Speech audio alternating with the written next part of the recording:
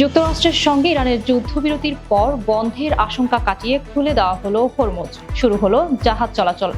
খুলে দেওয়া হয়েছে গুরুত্বপূর্ণ হরমুজ প্রণালী। বুধবার দুই দেশ যুদ্ধবিরতিতে সম্মত হওয়ার পরই দুটি জাহাজ হরমুজ দিয়ে পার হয়।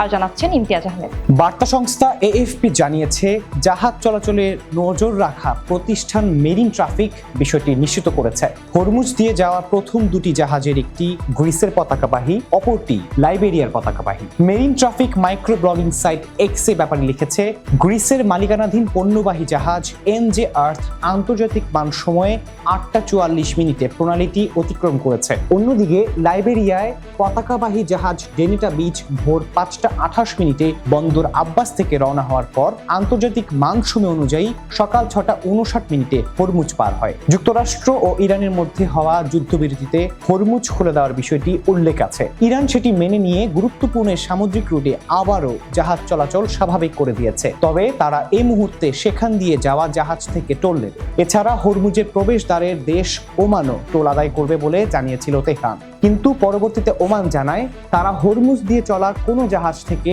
অর্থ আদায় করবে না। যুদ্ধের আগে হরমুজ আন্তর্জাতিক জলসীমা হিসেবে বিবেচিত হতো, ফলে সেখান দিয়ে চলাচল করা জাহাজ থেকে কোনো দেশ অর্থ নিত না। কিন্তু এখন থেকে ইরানকে টোল দিয়ে হরমুজ দিয়ে জাহাজ নিতে হবে। নিরপেক্ষ, সত্য প্রকাশে আপোষহীন।